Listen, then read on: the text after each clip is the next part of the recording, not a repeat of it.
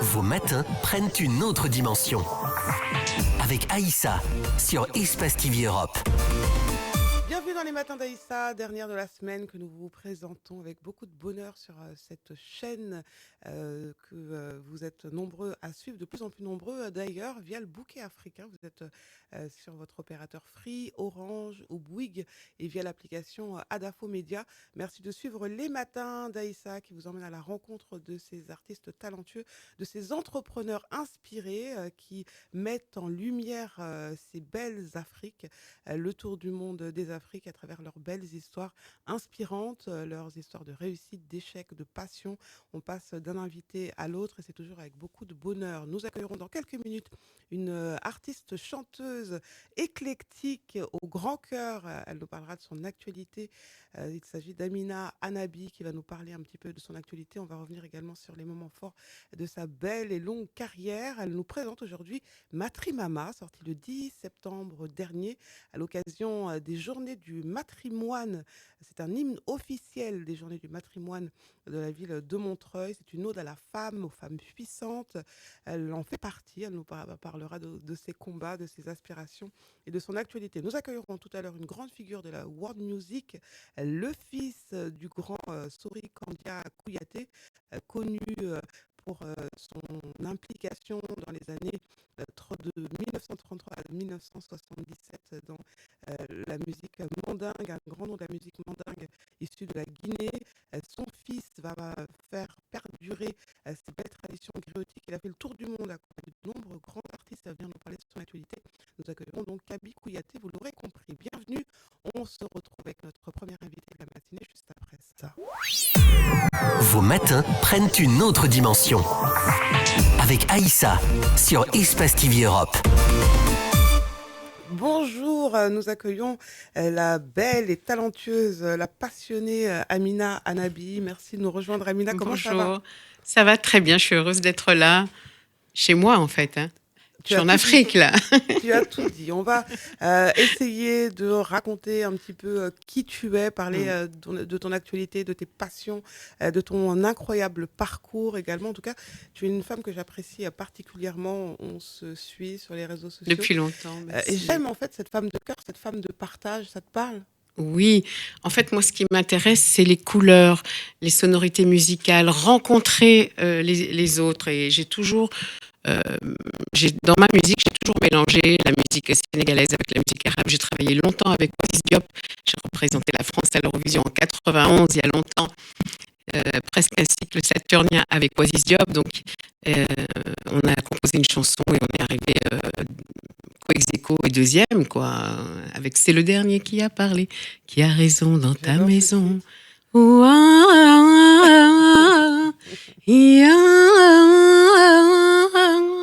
Voilà, c'est la voix du matin. J'ai une petite voix, mais C'est un titre qui t'a permis de c'est un titre qui m'a fait voyager dans le monde entier. Dans le monde entier. J'ai fait le tour du monde, j'ai même chanté cette chanson en concert à Summer Stage, j'ai beaucoup tourné aux États-Unis, j'ai plus tourné à l'étranger qu'en France. C'est bizarre, non? Mais c'est comme ça, c'est souvent comme ça. Nul n'est prophète en son pays. Nul n'est prophétesse dans son pays. Justement, cet éclectisme vient du berceau, on va dire, puisque dès petite, il y a eu une transmission, on y reviendra tout à l'heure, ta mère, ta grand-mère qui étaient des artistes, des chanteuses, et qui t'ont initié au chant traditionnel, mais également à la variété italienne. Et tout au long de ta carrière, justement, cet éclectisme t'a permis d'aller à faire des rencontres, à jouer avec des musiciens japonais, t'as joué avec, avec des musiciens de tous les horizons. Oui. C'est vrai. Alors, ce qui se passe, c'est que ma mère m'a appris à chanter. Ma grand-mère jouait du luth, mais bon, elle ne chantait pas professionnellement. Mais tous les week-ends, on se rassemblait et on chantait le malouf tunisien. Il se trouve qu'à l'âge de 12 ans et demi, j'ai rencontré Mariam Makeba. Mariam Makeba était une très grande amie de ma mère. Ouais. Et parce que ma mère organisait un festival et c'est elle qui choisissait les artistes. Et donc, elle était devenue très amie avec Mariam Makeba. Donc, j'ai beaucoup été marquée par la musique africaine dès le plus jeune âge et surtout par le droit des femmes, se battre pour les droits des femmes. Ouais. Justement, on va y revenir, hein, puisque là, c'est là que tu m'emmènes. Oui, Matrimama, c'est ton actualité, oui. sorti le 10 septembre dernier. C'est l'hymne officiel des Journées du matrimoine, en collaboration avec la ville de Montreuil, cette ville justement éclectique qui accueille de nombreuses nationalités, une ville très cosmopolite. Alors, un titre que tu as écrit, composé, arrangé par Rokia Bamba. Non, non. Alors moi j'ai Ah, écrit, Rokia Bamba a fait surtout les programmations. C'est une DJ.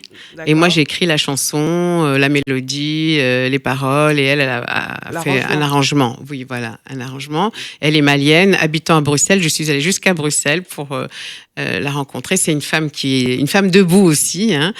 Et cette chanson, en fait, elle est née pour le matrimoine. C'est devenu l'hymne vraiment de Montreuil. Tout le monde chante Matrimama dans les rues de C'est Montreuil. vrai? Oui, oui. Ok. Et surtout, j'ai donné des cours de chant, des cours de yoga du son Oui. pour apprendre aux femmes à se détendre, à bien respirer, et dans des foyers, dans des associations maliennes. Oui. Et il s'est trouvé qu'elles sont venues avec moi sur scène chanter, et j'en ai fait un clip. J'ai voulu faire un clip, et c'est greffé tous mes amis artistes, dont Nadège Ndaye Bosson. Oui. Bosson Ndaye, plutôt, Actrice. l'actrice, Oui. chanteuse. Et il y a Holibet qui a fait les vêtements, qui a fait ma robe pour le clip et qui est dans le clip. Donc c'est vraiment tous mes amis, toute cette époque des années 80 où le métissage était vraiment un étendard, hein, en France, hein, beaucoup Oui. plus qu'aujourd'hui. Mais moi je dis toujours, dans le mot métissage, il y a le mot sage. Si on décompose le mot métissage, il y a le mot sage. Et voilà, pour moi, le métissage est normal. Et en fait, en Afrique, toute l'Afrique, on grandit avec ce métissage naturellement. Oui. En fait, on apprend. Quand on arrive en Europe, tout d'un coup, il y a des cases. On mélange tel courant avec tel courant. Mais en fait, en Afrique, on fait ça très naturellement. On se pose pas autant de questions. Vous voyez ce que je veux dire? Et dès Absolument. qu'on arrive en Occident, on allonge notre musique sur un divan et on commence à disséquer et faire des analyses. C'est Et vrai qu'on voilà. aime bien mettre dans des cases. Oui, oui. C'est compliqué pour une personne comme de frontières que dans la musique ou même. Oui. Alors, je suis une femme debout libre, mais par contre, ça, ben voilà, hein, c'est cher payé parfois d'être libre. Aujourd'hui, je fais la musique que j'aime. Ce clip, j'ai été portée par ce clip et la ville de Montreuil m'a soutenue pour ce clip, hein, pour écrire, pour rentrer en studio, pour faire cette chanson, pour faire le clip. Le théâtre Berthelot de Montreuil m'a offert son lieu pour tourner. Donc, quand on a un rêve et une belle idée, il y a des synchronicités, on est toujours porté. Voilà, en tout cas, Alors, un message puissant pour des femmes puissantes, oui. des femmes debout, femmes rebelles et célébrer le génie féminin. Alors, ces femmes qui ont été trop souvent invisibilisées dans l'histoire et qui pourtant ont façonné notre civilisation, ce sont aussi, toi, des femmes comme Tina Turner ou Kalsoum qui t'ont inspiré ou en Alors tout oui, elles cas. m'ont inspiré, bien sûr. Tina Turner m'a inspiré. Ma mère chantait du Tina Turner très, très, quand j'étais... à l'âge de 12 ans, je savais qui était Tina Turner. On écoutait cette musique enfin, je connais presque tous les titres. Mais surtout cette chanson, c'est un hommage à ma mère qui est partie dans les étoiles il y a 2 ans et demi, 3 ans.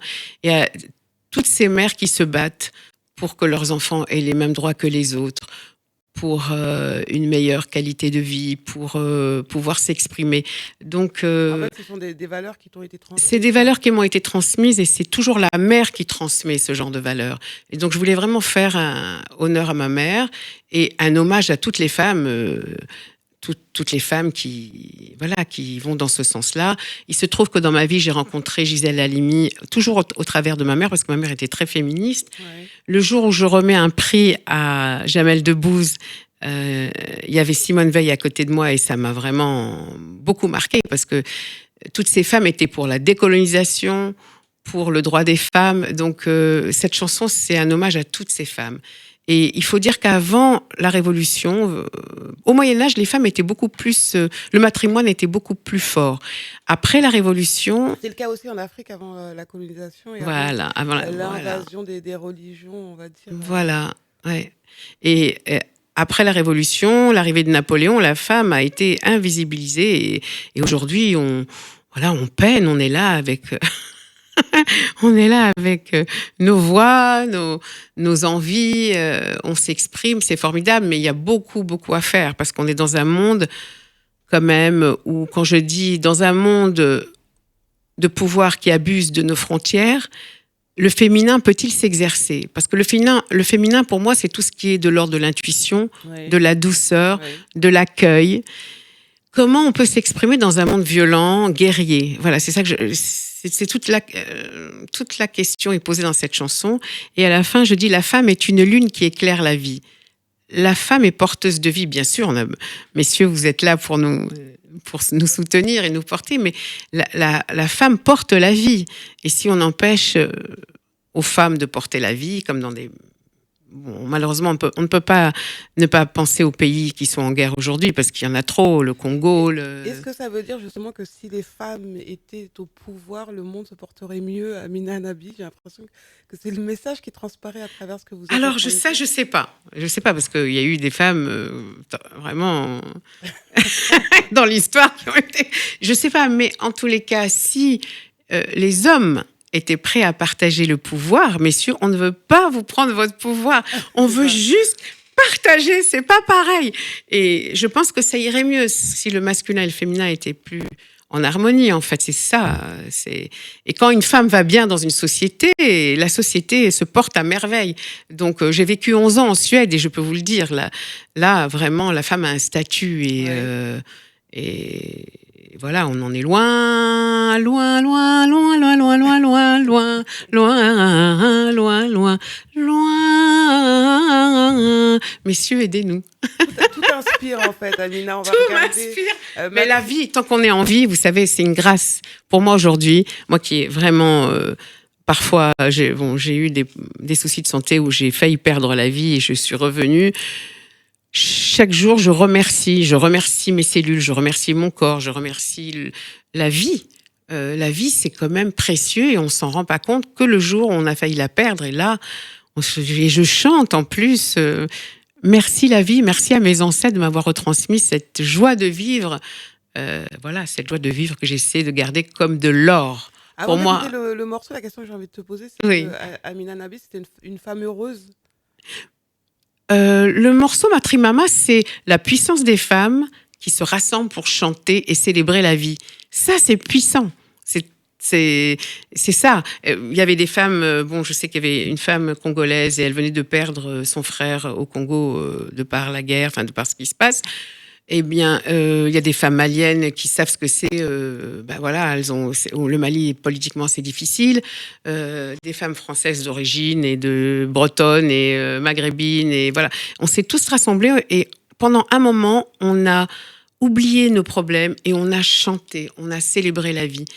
Et si on faisait ça un peu plus souvent, cette société irait beaucoup mieux, je pense. Bon, on partage le bonheur avec vous à travers Matrimama. Merci. On regarde Amina Nabi.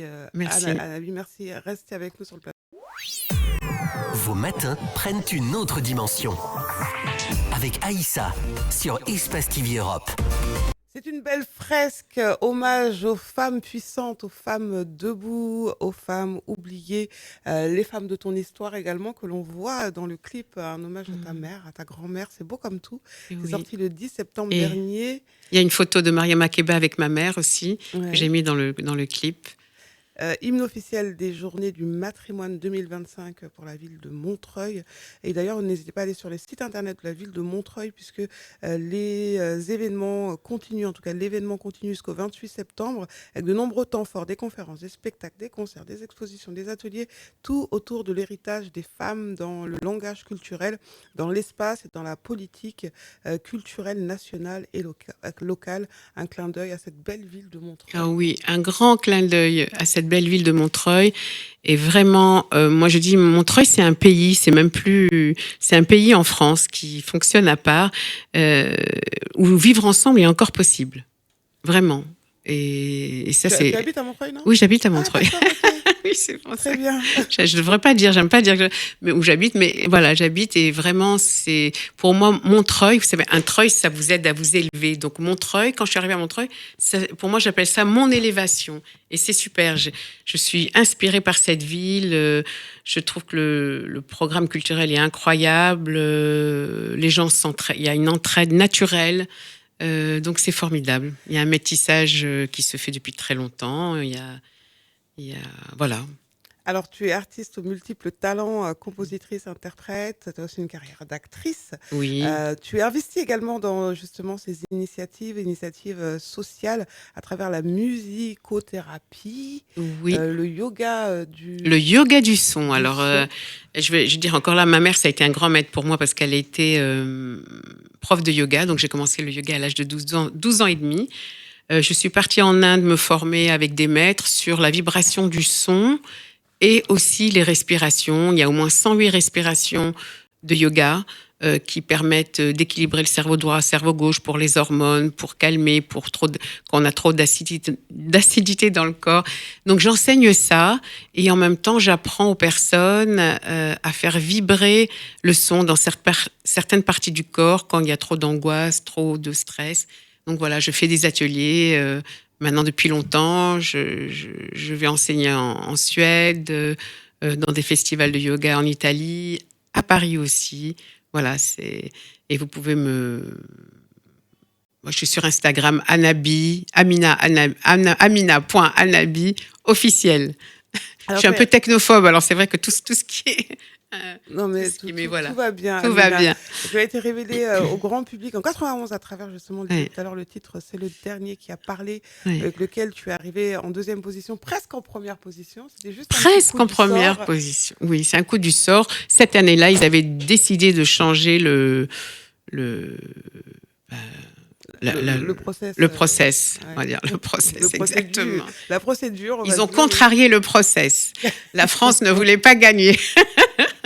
Mais attends, c'est rare quand même dans l'histoire, Et attention, dans cette l'histoire de chanson. la France qu'une personne aille aussi loin à Oui. l'Eurovision. Ah oui, oui, c'est très rare. Enfin, il y a Marie-Myriam qui avait Oui, gagné. ouais. Mais surtout cette chanson, je l'avais écrite avec Oasis Diop.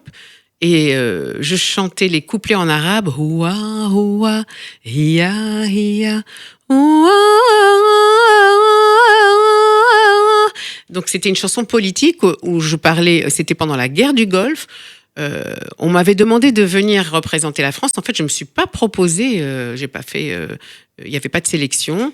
Et en fait, j'ai compris plus tard qu'ils m'avaient choisi parce qu'ils avaient peur que les banlieues brûlent. J'étais jeune, je pouvais pas savoir. Et maintenant, avec les réseaux sociaux, les jeunes en savent beaucoup plus. Et donc, j'ai appelé cette chanson « C'est le dernier qui a parlé qui a raison » parce qu'on nous parlait d'une guerre chirurgicale qui faisait pas de mal. Vous voyez, c'est un peu voilà. Et donc, j'avais appelé cette chanson « C'est le dernier qui a parlé qui a raison ». Dis-moi au nom de quelle nation tu lèves le ton dans ma maison. La vérité se cache le front comme un silence qui en dit long. Ne gémis pas comme un violon sans partition, c'est une leçon. C'est le plus fort qui a parlé, qui a raison. De toute façon, je pense que les paroles sont encore d'actualité. On peut regarder Oui, un petit peu, oui, puis on oui. se retrouve juste. Les matins d'Aïssa sur Espace.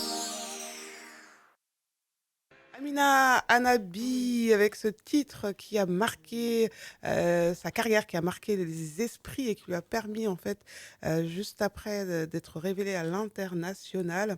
Et elle enchaîne les collaborations. Et pas des moindres, Lenny Kravitz, Malcolm Oui. McLaren, Christophe, Bernard Lavillier, sur un duo mythique sur le plateau de l'émission de Taratata. Oui, oui, et surtout avec Malcolm McLaren, voilà, il y avait Deneuve et Françoise Hardy sur le même album, donc qui s'appelait Paris Paris. Ouais. Voilà, ma chanson, c'était J'ai la main parisienne. J'ai fait aussi des collaborations avec des Asia Dub Foundation, qui est un groupe très un peu hip-hop, mais très politique. Africa Bambaataa aussi. Africa Bambaataa, bien sûr, oui. Avec Africa Bambaataa, il y a très longtemps, j'avais à peine 23 ans quand j'ai été sur scène avec Africa Bambaataa et Radio Nova. avait produit un titre où tous les deux ont chanté. Voilà, donc j'ai eu En fait, une... tu as traversé les époques et tu as connu également le déferlement de la world music et de tous ces artistes. Oui, world Euh, music. Avec Radio Nova, c'était un peu la sono mondiale, mais aussi en allant aux États-Unis. J'ai beaucoup travaillé aux États-Unis, en Angleterre. Donc j'ai fait... Moi, toutes les collaborations m'intéressent. Enfin, j'aime rencontrer des artistes de divers horizons et de divers styles. Or, aujourd'hui, j'ai l'impression chacun reste dans son style et dans sa communauté. J'ai l'impression, c'est une impression. Alors, Voilà. tu as également reçu des distinctions, notamment le prix Piaf 91 de la meilleure Oui, chanteuse. j'ai eu ça. Oui, voilà, j'oublie les prix que j'ai eus, en fait. Mais j'ai joué dans 22 films, dont un film qui s'appelait Le Théosara Sheltering Sky, avec John Malkovich, et c'était Bernardo Bertolucci. Dernièrement, j'ai joué dans... j'ai été invitée comme invitée spéciale pour Capitaine Marlowe, Ouais. il y a 2 ans. J'ai joué dans plein de films, des films anglais pour aussi, Claude qui s'appelaient The Lelouch, Advocate, ouais. avec Colin Firth. Bon, Lelouch, bien sûr, La Belle Histoire.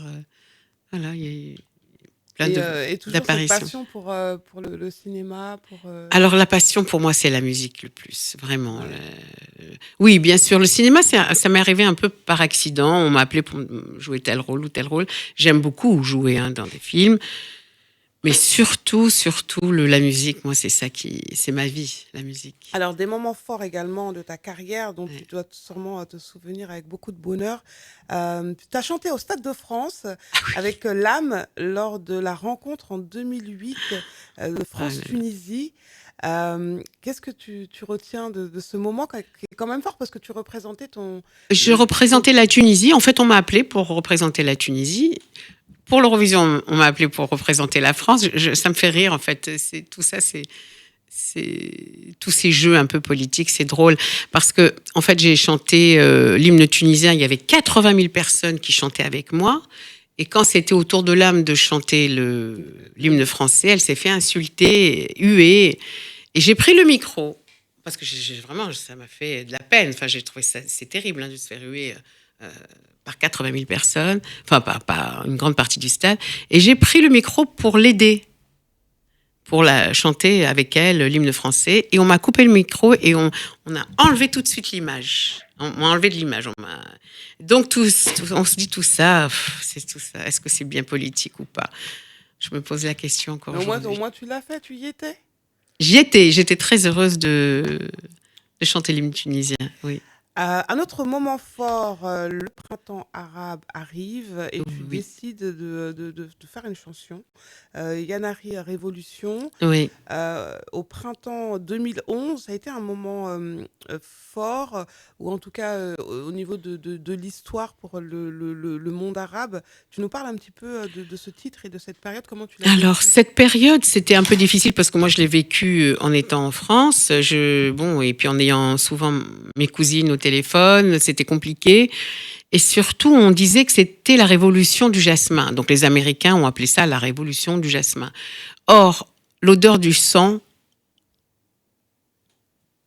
c'est jamais une odeur de jasmin. Donc, je trouvais ça vraiment pas juste. Je trouvais que c'était bizarre, cette révolution comme ça qu'on appelle la révolution du jasmin. J'avais vraiment peur pour les miens, bien sûr. Et puis après la révolution, on a eu l'intégrisme, donc ça n'a pas été facile. Après l'intégrisme, on a maintenant un président. Enfin, la Tunisie a réussi à. Ça a été une période où cette région du monde arabe a été un peu déstabilisée. Elle a été déstabilisée, malmenée, donc c'est pas évident.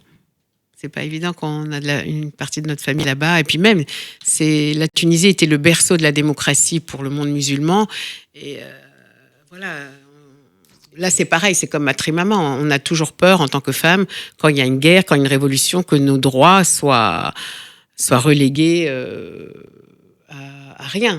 Hein, voilà. Donc, Yanari Révolution, à quel moment tu décides de te dire il faut que je chante pour cette cause? Alors, en fait, je suis partie dans le désert, dans un endroit magnifique à Tozeur.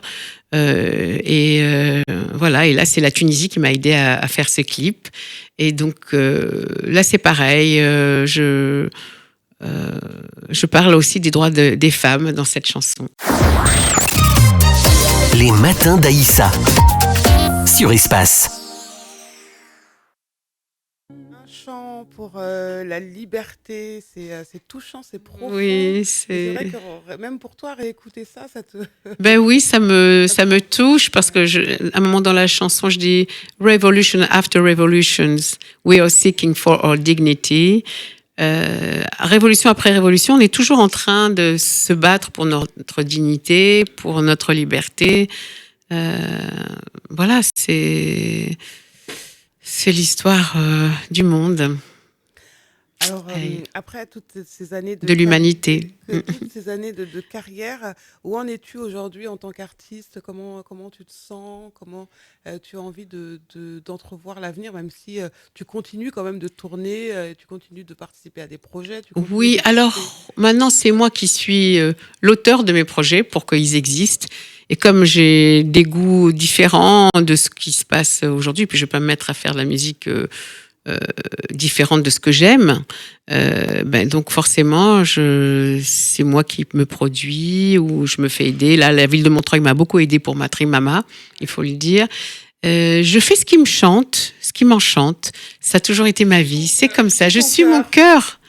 Voilà, c'est au moins. J'écoute la vibration de mon cœur. Je pense que le yoga du son, d'enseigner le yoga du son, ça m'a vraiment appris à plus m'écouter moi de l'intérieur et pas écouter les envies des autres, parce qu'on grandit forcément en voulant faire plaisir aux autres. Il m'a fallu beaucoup d'années pour comprendre, mais mon désir à moi, c'est quoi? Eh ben, c'est d'être une femme libre. Donc une femme libre et de chanter librement, oui, et d'aligner mes chakras, d'être alignée avec mes envies. C'est pas forcément les envies de Pierre-Paul et Jacques, c'est pas forcément les envies de la société, et ça me va. L'essentiel, c'est que je vibre, que je continue à vibrer et à sourire. Ça me plaît. Quand je me lève le matin en souriant, et que je chante, c'est un cadeau divin. Alors la scène musicale et cinématographique ont beaucoup changé. Alors comment tu perçois cette évolution? Alors, moi, j'ai l'impression que c'est une évolution. Tout va très vite pour moi, mais peut-être aussi qu'on prend de l'âge, on a l'impression que tout va très vite, ça c'est vrai. Mais pour moi, tout va très vite. J'ai l'impression qu'aujourd'hui, par exemple, une femme enceinte a moins de temps que moi à l'époque, quand j'étais enceinte, on avait vraiment le temps d'être enceinte, de pas courir. J'ai l'impression qu'aujourd'hui, tout le monde court. C'est une impression. Et j'ai l'impression que depuis qu'on a ces portables qui sont rentrés dans nos vies, on a énormément d'applications et on communique avec les SMS et on a peur de l'échange réel. Et c'est ça qui me chagrine un peu, parce que je me dis, moi je viens pas de cette génération avec SMS, les applications. D'ailleurs même j'ai écrit les mails, voilà. Et donc tellement de barrages avant de vraiment rencontrer l'autre et parler. Voilà. Et donc je pense qu'un jour on va être obligé de faire des hôpitaux pour que les gens réapprennent à communiquer. D'ailleurs, j'ai écrit une chanson qui s'appelle « J'ai l'exil au bout des cils » que j'enregistre en ce moment. J'ai l'exil au bout des cils. D'accord. Et à un moment donné, je dis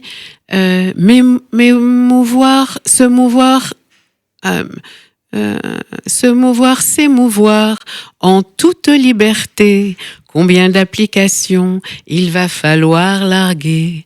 L'exil, l'exil, l'exil, l'exil au bout des cils. J'ai l'exil, l'exil, l'exil, l'exil au bout des cils. J'ai l'exil au bout des cils. J'ai l'exil un peu fragile. On est tous exilés, en fait. Bon, déjà, de part... moi, j'ai été déracinée très tôt. Donc, j'ai été exilée d'un pays à un autre, d'une maison à une autre, d'une famille à une autre. Donc, je sais ce que c'est l'exil. Mais même si on grandit dans un même pays, je pense qu'on a l'exil naturel. On a toujours ce rêve de s'exiler dans un monde meilleur. Des fois, on s'exile dans nos rêves.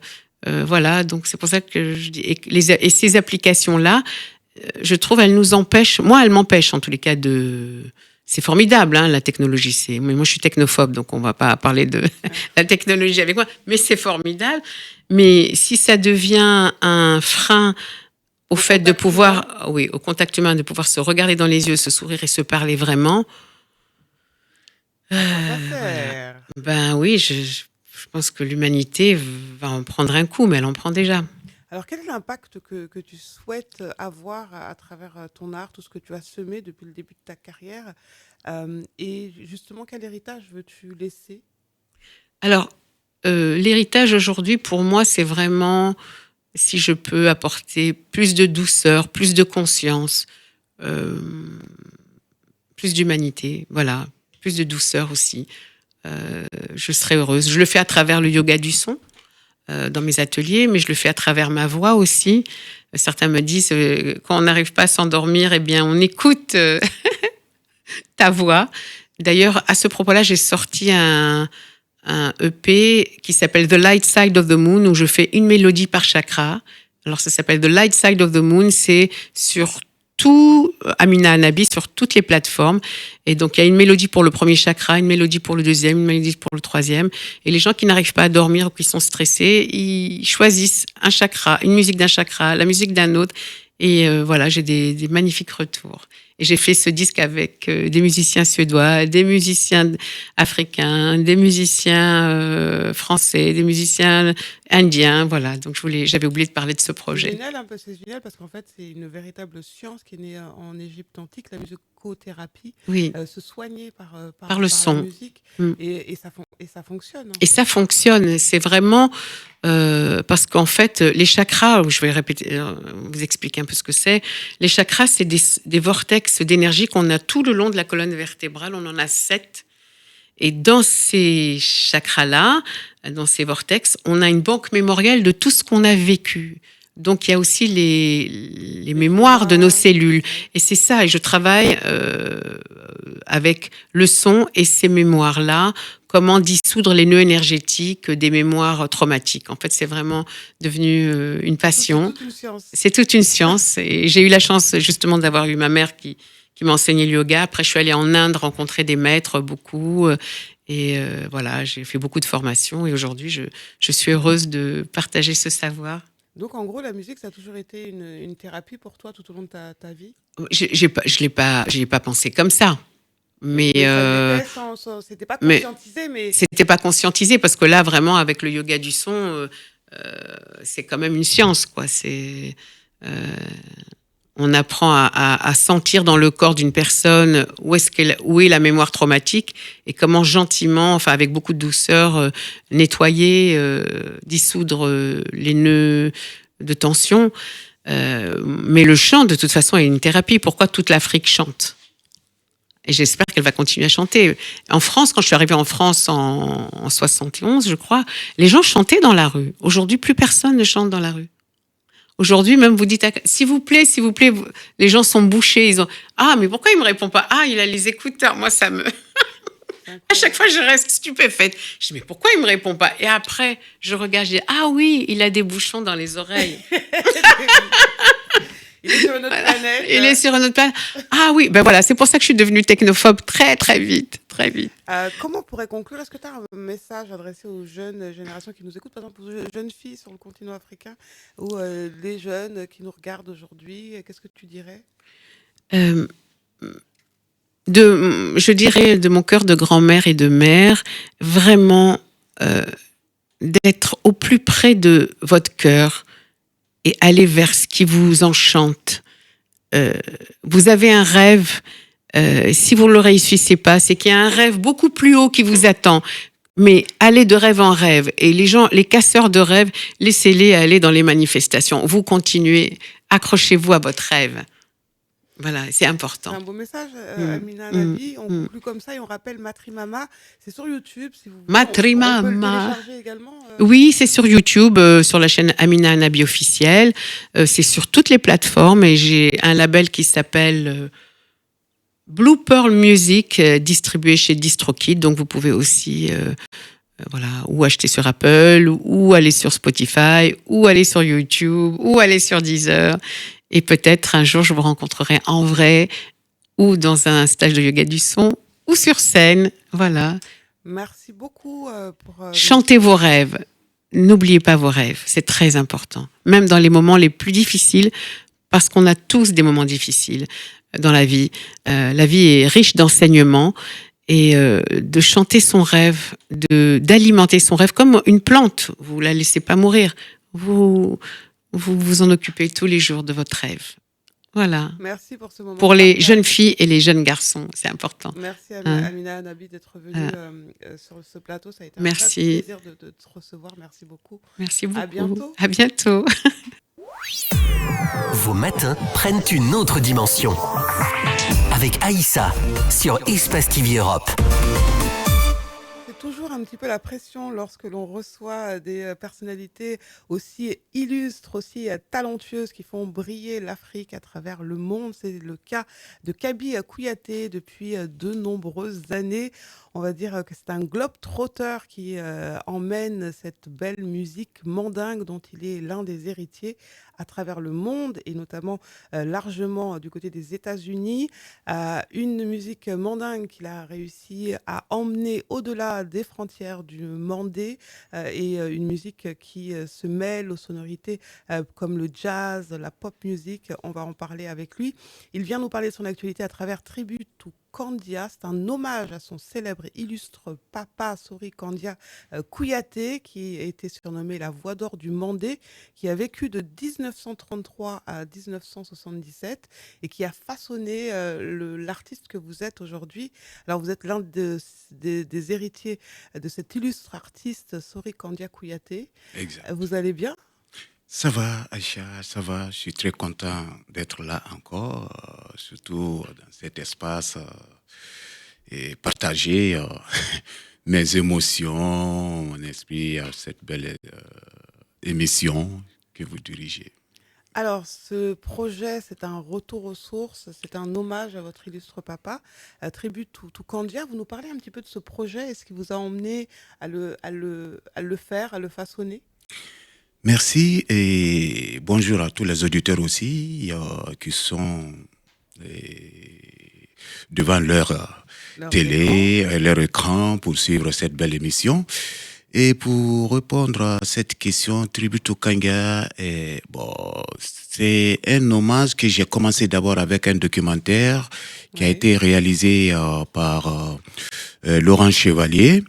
Et c'était un envie, c'était pour une vision, je peux dire, un bagage qui était sur mes épaules. Puisque vous pouvez le savoir que quand je me séparais avec mon papa à l'âge de 12 ans, et il m'avait remis un petit document, il me dit « Kaby, je te confie ça, à mon retour de Koya, tu vas me le remettre ». Et c'est ainsi il est allé à son concert de Koya, il n'est plus revenu. Ce document est resté avec moi, je l'ai même confié à ma maman. Et puis, quand je venais en France, j'ai pris ce document, je suis venu avec. Mais je ne l'ai jamais lu. C'est après mon premier enregistrement avec Silar Productions. Je suis allé en Guinée. J'étais encouragé par ses amis, par la famille. Et puisque, chanter, c'était pas ma vocation. Je ne voyais pas pour chanter. Moi, j'avais une autre vision, être un pilote, et puis dans l'académie militaire, et puis tout ça. Moi, je rêvais de ça parce que, à travers le mouvement scout, autant de Sékou Touré, avec les formations qu'on suivait au camp Kwame Nkrumah en Guinée, donc on était excités, ça nous a donné un déclic, puisque faut dire que même quand tu finissais tes études au temps de Sékou, tu étais obligé de faire une formation militaire à l'époque. Donc, et étant un jeune, ma passion est partie avec le pilotage, et puis mon beau-frère m'a invité en France quand il a rencontré le producteur Sylar Production, et puis Sylar lui a suggéré, et puisque lui il a dit bon, Qui a beaucoup fait pour la musique mandingue. il a beaucoup fait musique mandingue, musique africaine surtout, que ce soit les Aïrois, les Congolais, les Maliens, Sénégalais, Ivoiriens, tout. Mais la Guinée n'était pas dans ses catalogues. Et c'est là où papa lui a dit, comme papa venait d'arriver, et c'était l'un des plus grands batteurs de Myriam Makeba, il était le chef d'orchestre. Et ce dernier lui a dit, bon, écoute, il a refusé tous ses cachets quand il travaillait pour Sylar Production. Il n'a jamais pris ses cachets. Et puis, tous ceux qui pensaient que Sylar Production fasse un regard à la musique guinéenne. Donc, c'est là où Sylar lui a dit, bon, écoute, moi, je vais faire un hommage à la musique guinéenne et puis la standard. Mais je veux un chanteur, pas deux, pas trois. Est-ce qu'il y a quelqu'un qui est capable de chanter à la fois Sori Kanya et Bembea de Demba et ainsi de suite? Papa lui a dit, oui, il y a un jeune qui est là. Il dit, non, papa, je ne crois pas. Il dit, fais venir ce jeune. C'est là où on m'a fait venir. Papa m'a donné tout ce qui est des sons, des standards de la Guinée. Je les ai écoutés, j'ai fait mes tris dedans. Et puis, on s'est mis à travailler. On a appelé Sylar. Et puis, il a écouté. Il dit, bon, il a programmé le studio. Donc, vous avez été le premier artiste guinéen produit par Sylar Production. D'accord. Voilà. Donc, c'est ainsi que Sylar a regardé la Guinée maintenant, les Bambino, Ibro Gabaté, Oumou Gabaté, ainsi de suite sont venus. Il a continué sa production vers la Guinée, quoi. Donc, et c'est ainsi, j'ai commencé à visionner dans le document. Quand j'ai eu... papa m'a donné, avec l'encouragement des gens, et puis Suleiman Koli, paix à son âme, qui m'a rencontré à Paris, il me dit, j'aurais besoin de toi pour un opéra mandingue. Je suis parti avec lui, j'ai signé le contrat avec le producteur Rémi Renoux en France, qui était à la production de ça au théâtre Saint-Élysée, et puis tout ça. Et j'ai été travailler avec la compagnie Koteba. Après le projet... Je suis venu, j'ai dit, bon, qui peut me prendre à main pour travailler? Puisque tu peux avoir le talent, ça se travaille. C'est ainsi maintenant, je me suis retourné auprès de Suleiman Koli. Pendant 7 ans, il ne croyait pas. J'ai travaillé et puis, voilà les déclics. Au sein de l'ensemble Koteba. Oui, le côté théâtre. Oui. Abidjan. Donc, c'est ainsi maintenant, j'ai commencé à prendre le goût de l'art. Et puis, ma vision est partie un jour puisque... Pourtant, excusez-moi de vous couper, il y a eu le groupe Tabaro avant quand même. Oui, ça c'était... Avec Doura Bari, Foude Baro, et puis Sekouba Kanga, mon grand frère, et Mfali Kouyaté, mon oncle, et Habib Williams, le jeune frère de Jean-Baptiste Williams, et qui était bassiste. Lui, il est sorti de la même promotion que Habib Faye de Sénégal, de Youssou N'Dour. Et ben, en même temps, lui, il est rentré en Guinée, et puis on a été encadré par Tabassi Baro et parrainé par Justin Morel Jr., l'ex-ministre de l'information, en même temps animateur culturel, et puis qui a tant fait avec la musique guinéenne. Bon, c'est ainsi de Suleiman Koli, comme on dit en Afrique.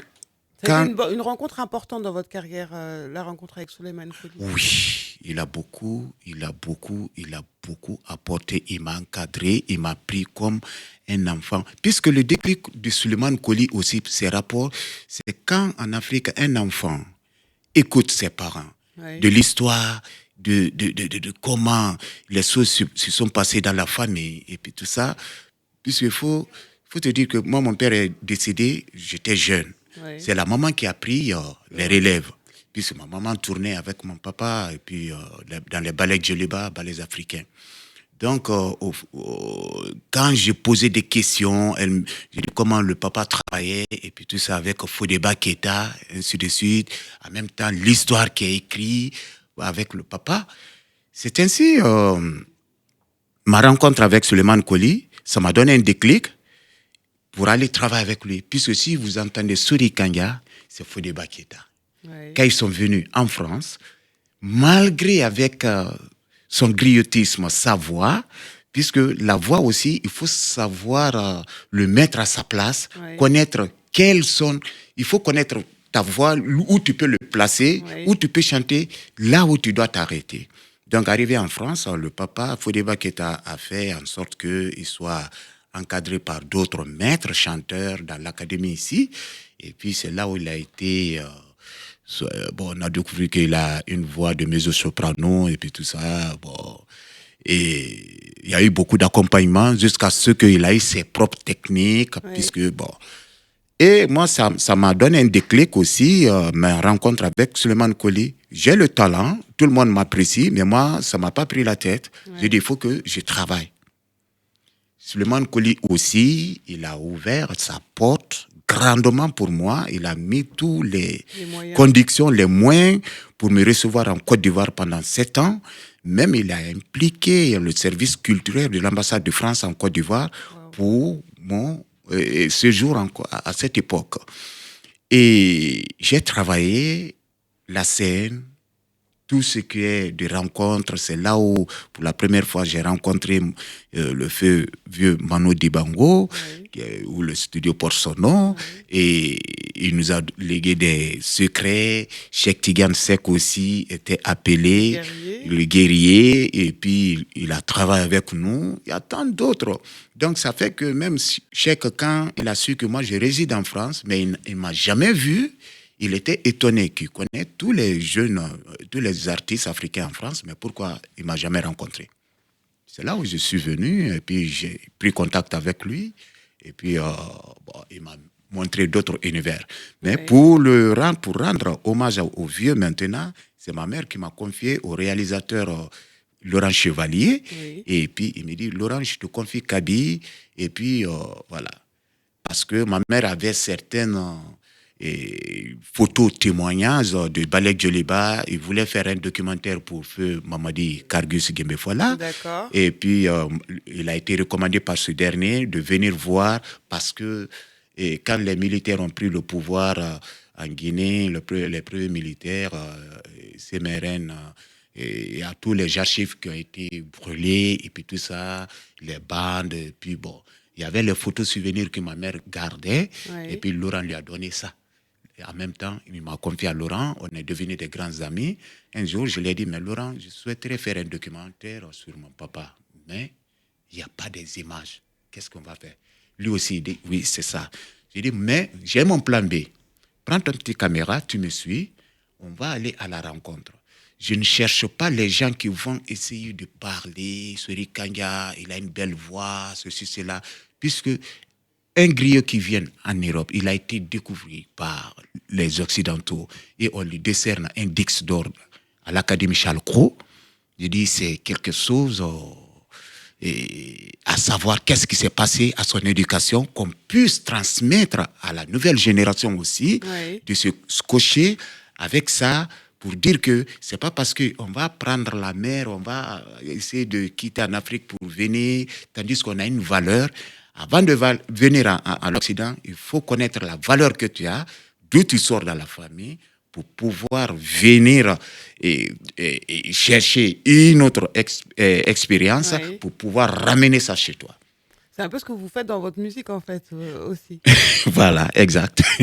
Alors, justement, qu'est-ce qu'il est devenu, ce document? On a perdu un peu le fil que votre papa vous avait donné. Qu'est-ce que c'était comme document? C'était écrit, sa généalogie était écrite dedans, comment de sa naissance, et puis, puisqu'il a fait ça avec Justin Morel. Et puisque Justin Morel, à l'époque, quand il était étudiant, il était fréquent. Il a fait ses thèses culturelles, et puis il était fréquent à la maison, à chaque 17h, il venait, puisque tous ces jeunes-là, à l'époque, étaient à la SIG Madina, ils venaient, ils étaient amis avec mon grand frère, et mes frères aussi, quoi. Donc, ce document-là, il y avait sa généalogie qui était dedans, et puis sa naissance, comment il a été éduqué, ses origines, son papa, sa maman, il a perdu sa mère à l'âge de 3 ans, et puis jusqu'à ce que... il y avait plein de... Son histoire, en fait. Son histoire était dedans, quoi. Bon, quand moi j'ai compris cette histoire-là, en même temps, dedans encore, à chaque rencontre avec ma maman, je lui posais des questions. Oui. Mais ça m'a fait, au fur et à mesure que tu lis certaines choses, tu arrives à comprendre, tu arrives à voir, Remettre tout dans le voilà, en contexte. ordre. C'est la raison pour laquelle ça m'a amené à mettre ça à un documentaire. D'accord. Et puis même le réalisateur, il était surpris. Bon, j'ai sorti mon côté de théâtre que j'ai appris, puisque il faut vous dire que... Mais en fait, c'est comme si votre père avait eu une intuition. Mm. Il savait qu'avec ce document, vous feriez quelque chose pour sa prospérité. Oui, C'est incroyable. oui, oui. Pourtant, il y avait d'autres enfants. Il y a des aînés, puisqu'il y a docteur Bofieu, son premier fils, Mamadou Kouyaté, lui c'est un médecin. Mamadou Kouyaté, Oui. lui c'est un médecin, lui chantait. Aboulaye Kouyaté aussi, lui c'est un comptable, il travaille avec la société de transport. Bon, il était à la Maritime et puis là il est le contrôleur à l'aéroport le jour d'aujourd'hui à travers de ses bilingues et puis tout ça. Et il y a Sekouba, mon frère Maka, oui. et puis il y avait Bébé Kanga, paix à son âme, il y a Hawa Kouyaté qui travaille à l'ambassade de Guinée aux États-Unis. Et bon, il y a tous ces enfants qui étaient. C'est à vous qu'il a remis Moi j'étais là, puisqu'à l'époque, la télévision venait de sortir et on regardait, puisque Afia Football Club venait de prendre la coupe, club champion. Et puis, et quand la télé, à cette époque, quand l'heure de la télé commence, on mettait la télé dehors, tout le monde prenait la chaise pour venir se coucher. Bon, lui, quand il sortait maintenant, c'était le samedi, il avait ce document plié comme ça, il me dit, bon, cabinet, attrape-moi ça, garde-moi ça. Vous avez quel âge? J'avais mes 12 ans à l'époque. 12 ans. Et il vous a fait confiance quand même. Ah oui, oui. Vous savez, à l'âge de 12 ans en Afrique, tu as une petite maturité, puisque l'initiation, surtout les griots, commence à partir de l'âge de 7 ans. Ouais. Tu commences à mémoriser des choses, on peut te confier des trucs, on peut t'envoyer... Il a dû déceler chez vous cette fibre artistique. Voilà, c'est ça. Puisque, et même avec ça, deux fois, il m'appelait quand il se levait dans son sommeil, dans ses siestes, après la répétition.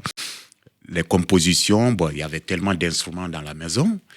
Il m'appelait de prendre un goni et puis de l'accompagner. Et puis quand il faisait les écritures des chansons de lendemain, quoi, et puis tout ça, quoi.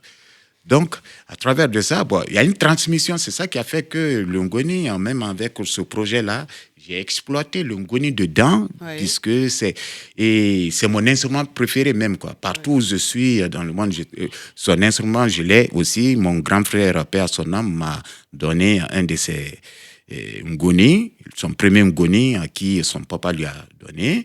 Je voyage avec ça partout, mes compos aussi, c'est avec ça aussi. C'est un peu spirituel pour moi. Quoi. Donc, en fait, est-ce que Maoula, on va écouter Maoula. Oui. Vous nous en parlez de ce titre? Oui, Maoula, c'est un standard du papa.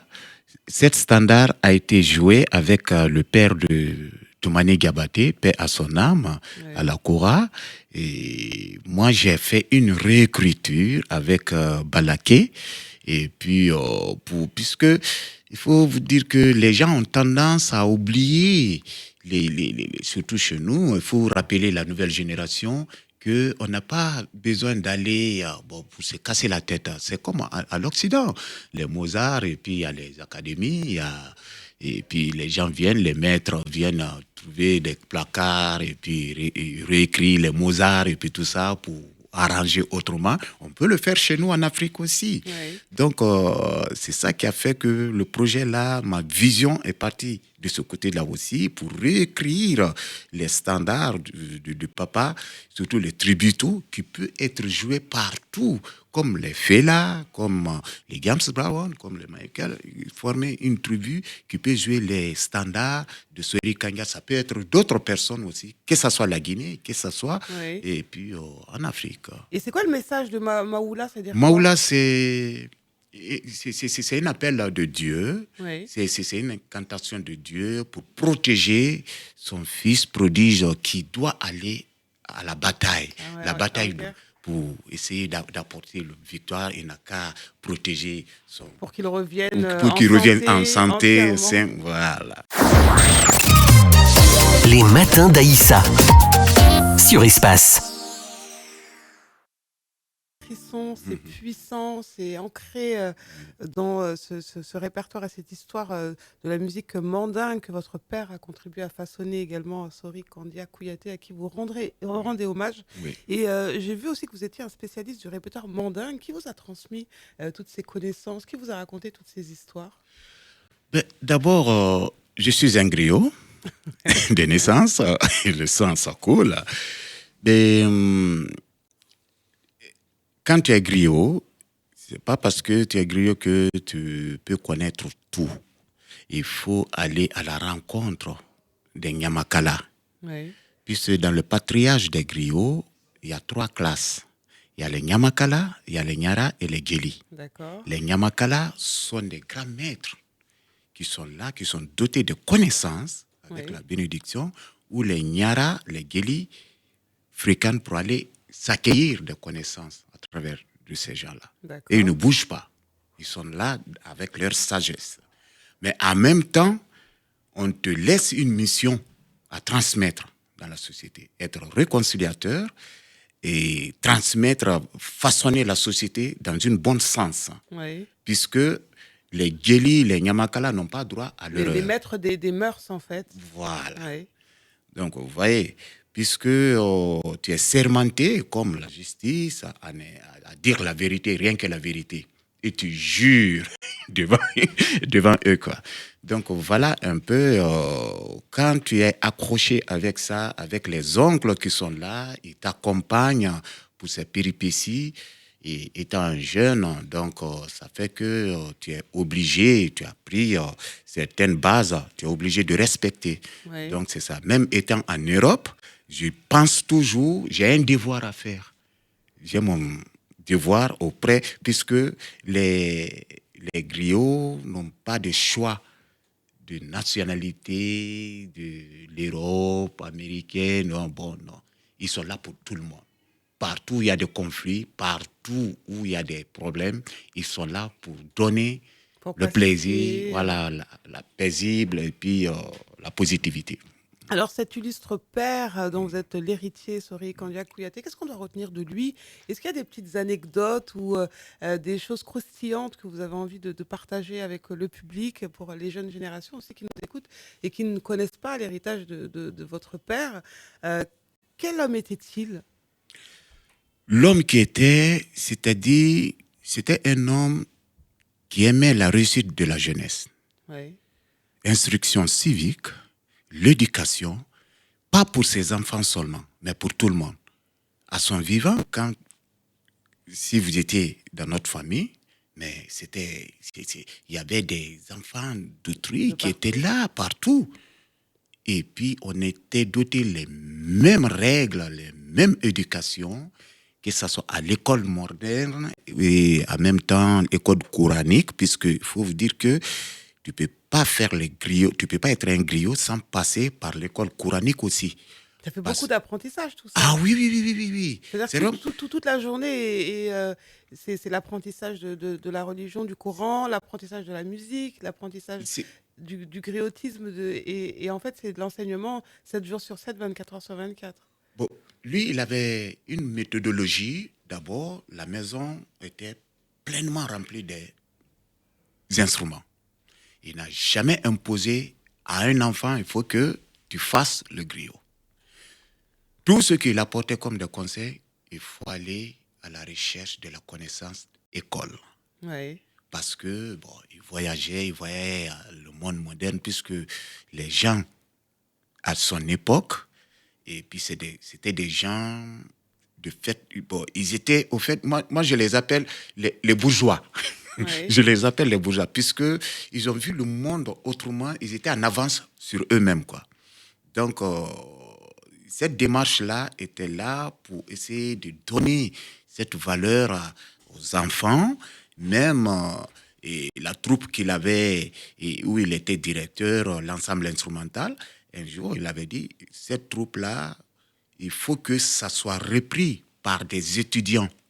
Il a souhaité à ce que l'ensemble instrumental soit un ensemble de modernes, puisque lui, partout où il partait, il avait des échanges culturels avec d'autres pays, d'autres cultures, et puis pour essayer de voir comment ça se marie, et puis l'histoire nous lie quelque part. Quand vous prenez les Bassa, par exemple, les Bassa, ils ont un côté de Soussou chez nous en Guinée. C'est des gens qui vivent au bord de l'océan, des pêcheurs et puis tout ça. Et les mêmes Bassa se retrouvent comment on appelle, à Sierra Leone, en passant par Libéria jusqu'au Cameroun. Donc, c'est là où il y a un de ces titres qu'il y a donné des Disques d'or à l'Académie Charles-Cros. Et puis, il a chanté Wamamio, que j'ai repris même dans les tributaux Kanya. Et puisque c'est chanté par la langue Bassa, qui revendique le pleur des femmes, qui disent qu'on ne va jamais abandonner notre culture, notre éducation au profit d'une autre éducation. Donc, quand il a compris ça, ce sont les mêmes caractères avec les femmes de la Basse-Côte en Guinée. Donc, ils sont tellement fiers de ce qu'ils sont avec leur culture de la pêche maritime et puis tout ça. Donc, vous voyez. Donc, ça fait que quand vous vivez dans toutes ces péripéties auprès d'un homme comme Sori Kanga, et vous ne pouvez pas laisser, même si vous êtes chef d'État, et puis vous allez toujours exercer votre rang social griotique, la culture que tu as appris auprès de lui. Et puis, voilà. Et quel a été l'apport, qu'est-ce qu'il a apporté à la musique mandingue, votre papa? D'abord, ce qu'il a apporté,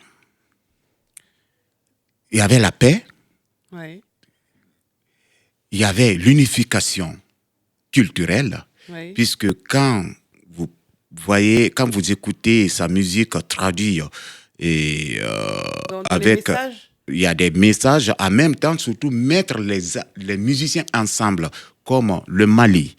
Et puis il y avait les Sénégalais, il y avait au fait, il était cosmopolitique, mais surtout avec les griots du Mali. Sidiki Diabaté et Fasekou Tunkara. Et puis il y avait beaucoup de grands griots du Mali qui travaillent avec lui aussi. Surtout quand Sékou Touré a besoin de lui donner des conseils, il disait toujours à Sékou, envoie une commission à ces griots du Manding pour venir. On va faire du saumon, la grande causerie à la maison, ceux que venez assister. Donc ça, c'est un apport, puisque dans cette causerie-là, il y a une histoire qui s'écrit, il y a une histoire qui se joue, avec ces différents joueurs, les grands talentueux musiciens. C'est après... Il a un peu façonné aussi l'histoire de la Guinée. Oui, l'histoire de la Guinée surtout. Et encore, il a réconcilié le Mali et Haute-Volta à l'époque du Burkina, le jour d'aujourd'hui, puisque voilà deux présidents qui étaient au point d'aller à la guerre et puis tout ça. L'OIA a parlé, Nations Unies a parlé, et ils n'ont pas, ils disent niet, il faut qu'ils vont à la, voilà. Donc voilà, Sékou Touré est allé voir mon papa, il dit, bon, écoute, Sori, j'ai convoqué Moussa Traoré et Lamine Zana en Guinée, parce que là, ils veulent aller au point de la guerre. Et moi, je ne veux pas ça. Et qu'est-ce que tu peux faire? Il dit, ah bon? Il dit, bon, il faut les faire venir. Il a fait venir ces deux présidents. Ils étaient dans... Chez vous? En Guinée. Quand les deux présidents sont venus, il dit, bon, et il dit, fais tout pour qu'ils se retrouvent au Palais du Peuple, dans la salle auditorium du Palais de la Guinée. Donc, c'est là où il est venu, il a chanté. Il s'est mis dans son posture de griot. Il est descendu, il a parlé à Moussa Traoré et Lamine Zana aussi. Il dit, vous êtes des deux frères. Donc, tout ce qui les lie historiquement, il a raconté ça. les deux se sont levés en même temps. Personne n'a dit quoi que ce soit. Ils se sont levés, s'arrêter. Il dit, Sékou, lève-toi, prends la main de tes deux frères, tu les donnes. Et puis voilà, c'est là où la guerre était finie. Et jusqu'à aujourd'hui, il n'y a pas eu la guerre. L'exemple fait que ce sont les deux pays qui se sont mis ensemble pour créer l'AES. La force et la puissance de la musique, c'est incroyable. Donc, ouais. Donc, ça, c'est une particularité des griots, d'une valeur, et puis tout ça. Puisque en Afrique, on est doté avec ce genre de choses. On n'a même pas besoin de dire que l'Occident vienne intervenir dans nos problèmes, et puis tout ça. Nous avons des gens qui peuvent parler, qui connaissent l'origine de tout. Mais si on vient les contacter, puisque ce sont des gens, ils ne se lèvent pas comme ça. Mais si tu leur donnes leur devoir de le faire, ils viendront avec l'amour, ils viendront avec un devoir qui a été légué à eux par les aïeux. Et il faut qu'ils réussissent de le faire. Ils sont assistés. Est-ce que justement votre papa, Sori Kandia Kouyaté, est connu des jeunes générations? Est-ce que son histoire est enseignée dans les universités, dans les écoles? Est-ce que ce serait pas important, parce que le moment que vous venez de nous raconter à l'instant, c'est un moment qui est important de l'histoire de l'empire du Mali à l'époque. C'est incroyable en fait. Est-ce que cette histoire est connue des jeunes générations? Oui, c'est la raison pour laquelle ça m'a amené à faire un documentaire. Même mon grand frère, paix à son âme, il avait fait un bouquin sur l'histoire du papa. Nous, en tout cas, la famille, on a doté certaines choses pour que ça soit, surtout moi, et même la Tributo qui est là, le son, et puis la vidéo qui est là aussi, le documentaire qui est là, tout ça, c'est façonné pour que ça soit enseigné. Oui. La nouvelle génération puisse savoir d'où ils viennent, d'où les choses étaient façonnées dans le pays pour pouvoir aller construire l'avenir. Puisque si tu ne connais pas le passé, tu ne peux pas voir comment tu peux avancer pour essayer de façonner l'avenir qui est devant toi. Donc voilà, en tout cas, la base est là. Ça dépend maintenant comment nous on donne. On n'a jamais commercialisé, surtout moi particulièrement. J'ai fait toutes ces choses-là. J'ai jamais dit, bon voilà, c'est ça. Puisque c'est un devoir. C'est un devoir. C'est un patrimoine national et même africain et même un patrimoine international en fait. Ça suffit seulement qu'on rassemble tous ces patrimoines-là sur... Là où on peut, un jeune qui se lève, il clique quelque part, il retrouve toutes ces généalogies-là. C'est important aussi, puisque le temps de la technologie aujourd'hui, et puis il faut mettre ça en valeur pour la nouvelle génération, pour pouvoir aller à la recherche, et puis voilà quoi. Avant de clôturer notre entretien, on va retrouver un autre titre. Il me semble que c'est Massani, pardon. Massani, bon, ça c'est Mansani Sissé. Et ça, c'est une histoire aussi de l'amour. Et puis, puisque il faut vous dire que, comme je disais tout à l'heure, l'histoire de l'Afrique a été gardée par les griots. Oui. Donc, pour écrire, comme l'écriture n'était pas du tout développée à cette époque, tout est chanté par les griots pour pouvoir garder le mémoire, mettre ça en banque. Donc, cette histoire, c'est une histoire qui s'est passée à Gabou, au Gambie, et pour dire que il ne faut pas forcer, détruire un sentiment qui est scellé, qui est béni par deux personnes, et vous vous lancez parce qu'il y a une autre fortunée qui est venue, vous voulez coûte à coûte forcer une jeune fille pour donner à cette personne-là. Le cultivateur qui est là, il faut supporter, il faut, comme on appelle, il faut donner la valeur de l'amour. Il faut respecter les sentiments entre deux unions qui sont scellées, quoi.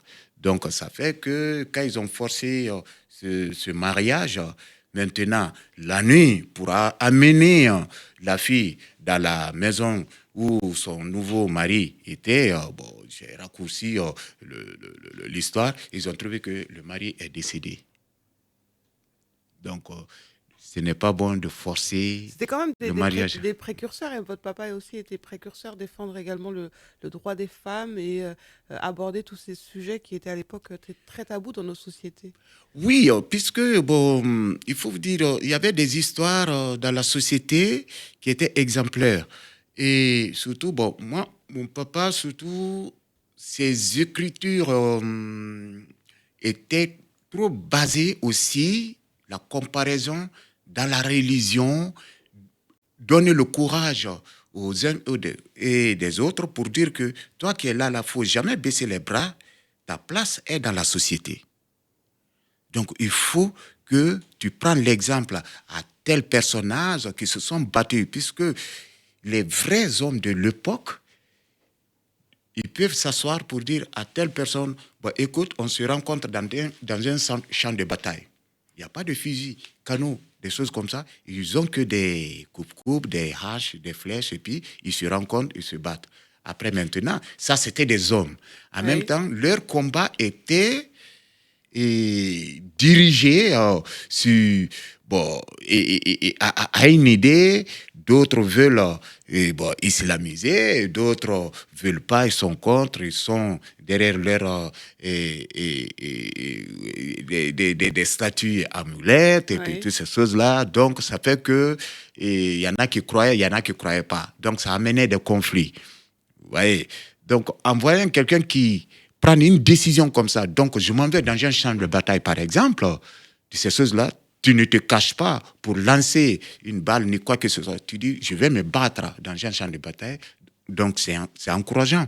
Si tu sors vivant, tu rentres chez toi, ok. Si tu meurs là-bas aussi, là, vous voyez. Donc, et avec plusieurs philosophies, avec plusieurs apports pour la valeur sociale de l'être humain. Donc, ces chansons tournaient autour de ça, en tout cas pour donner des bons conseils pour la société, pour les uns et des autres, quoi, éducatifs. Les matins d'Aïssa sur Espace. Nous allons finir dans un instant avec Mobalou. Les personnes qui nous regardent aujourd'hui, qu'est-ce que vous avez envie de leur dire sur ce projet Tribute to Kandia en hommage à votre illustre papa, Sori Kandia Kouyaté, que tout le monde devrait connaître, qui a fait énormément, un personnage incroyable que l'on surnommait d'ailleurs la voix d'or du Mandé. Comment vous avez envie de conclure? Qu'est-ce que vous avez envie de dire? Et un mot après, juste après, sur votre actualité à vous. Oui. D'abord, je remercie Gilles Frichot de Musique du Monde, Bouddha Musique, et puis mes compagnons Laurent Chevalier et puis Stéphane Lara, qui est l'ingénieur de son, à qui j'ai travaillé vachement sur ce projet, et puis il y avait vraiment une équipe. Surtout Jean-Philippe Riquel aussi, qui était là, et avec les autres musiciens. Surtout la série sur les gâteaux, ici, j'ai eu à rencontrer une des choristes de mon père, Aminata Kouyaté, Aminata Kamara, et puis qui vit en France, qui a participé aussi, qui était une des choristes, en même temps chorégraphe de l'ensemble instrumental. C'est incroyable. Oui, donc c'était vraiment... Ils m'ont vu grandir, puisque je suis né dans leurs mains. Et un personnage comme ça qui a travaillé avec ton papa et puis qui assiste à un projet que tu rends hommage au vieux. Donc vraiment, on ne fait que remercier le bon Dieu. Et voilà, et surtout, je remercie aussi tous les personnages qui m'ont apporté, puisque si tu vois un enfant qui grandit dans une éducation, c'est qu'il y avait des hommes qui étaient derrière. Des personnes qui vous ont fait grandir. Voilà, ils m'ont pas lâché. Voilà, tout ça, comme Cheikh Tidiane Seck, qui est toujours, qui est là, qui contrôle partout, à tout moment. Toutes les personnes avec qui vous avez collaboré également. Ah oui, avec Manu Dibango aux États-Unis, surtout Manta Kundi, qui est ma structure management aussi, qui est au Canada, et puis tout ça. et puis vraiment en Guinée, et puis sans oublier à mon cher frère ami Lamine Guirassy aussi, qui n'arrête pas de me cabiller. Bon, comme vous l'avez dit tout à l'heure, qu'est-ce que tu attends pour aller transmettre ta connaissance aux jeunes, à la nouvelle génération? Je l'ai toujours dit, ok, ça va venir, ne t'inquiète pas, et puis tout ça. Et vraiment... Il est temps. Il est temps. Il faut mettre les choses d'abord acquis, puisque les enfants d'aujourd'hui, il faut mettre la pratique. Bon, voilà, vous pouvez le faire sans leur faire complexer, sans leur faire peur. Et puis, il faut prendre le courage. C'est le courage qui peut apporter quelque chose de la positivité. Et avec mon ami Mouri, qui a façonné toutes ces rencontres-là rapidement. Mouri Touré, le grand guerrier. Vraiment, et puis je vous remercie à vous aussi, vraiment, et d'être avec vous, de vous retrouver, surtout avec cette salle que je connais encore, le studio là. Vous êtes venu avec Manu Dibango? Manu Dibango, je suis même à sa place ici. C'était la place de Manu Dibango ici. Oui, c'était sa place. Et puis vraiment, c'est ça qui a fait que je suis très ému d'être là encore. Vraiment. On vous souhaite bon vent et puis n'hésitez pas, vous allez sur Internet. L'album sort quand? L'album est déjà sorti il y a 3 mois à la FNAC et puis sur toutes les plateformes digitales, et puis Spotify, YouTube, et puis Amazon, et puis tout. Et puis ça est à la FNAC, et puis c'est sorti il y a 3 mois de cela, quoi. N'hésitez pas à vous le procurer en hommage à cet illustre Sori Kandia Kouyaté. Merci beaucoup d'être venu avec ces belles histoires, ce bel héritage. À bientôt, on va se quitter avec Mobalou pour laisser un peu de musique. C'est vendredi, on va se faire du bien. Oui, merci beaucoup. Vos matins prennent une autre dimension. Avec Aïssa sur Espace TV Europe.